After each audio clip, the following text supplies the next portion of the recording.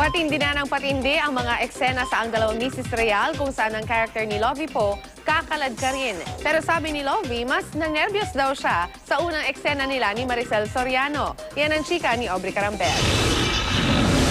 Isa ito sa mga eksenang dapat abangan this week sa GMA Primetime series na Ang Dalawang Mrs. Real. Kakalad ka rin si Sheila, ang character ni Lovie po ng kanyang papang sa kalsada matapos mabuking na buntis ito kay Anthony na ginagampanan naman ni Dingdong Dantes.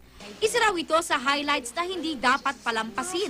Maswerte nga raw si Lovie na mga veterano at mga galing na artista ang kasama niya sa soap, kaya mas pinaguhusayan daw niya. Kakalad ka rin ako dito ni Papa. Hindi ko magamit yung word na tumilapon. Pero ganon. Pero parang ganon. Nandito na rin yung mamakaawa ni Sheila kay Anthony para panagutan yung anak niya. Actually, lahat kami dito biktima. Diba? Hindi naman namin gusto mailagay sa ganong sitwasyon. So, lahat ng mga consequences talagang kukunin na ng mga characters, talagang mararamdaman nila. Gaya nga ni Sheila, yung kakalad ka rin sa sakali dahil very conservative ang kanyang family na pinanggalingan. Ito na nga raw ang magiging simula ng conflict sa storya at ng mas mga nakakapanabik pang eksena.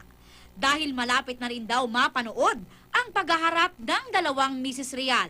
Hindi nga raw naiwasang nerbyosin ng primera aktresa sa unang paghaharap nila ng Diamond Star na si Maricel Soriano, na isa raw sa dapat ding abangan ng mga sumusubaybay ng serye. First scene ko po yun with Miss Maricel Soriano. So, ayun, I was very nervous. Aubrey Carampel updated sa Showbiz Happenings.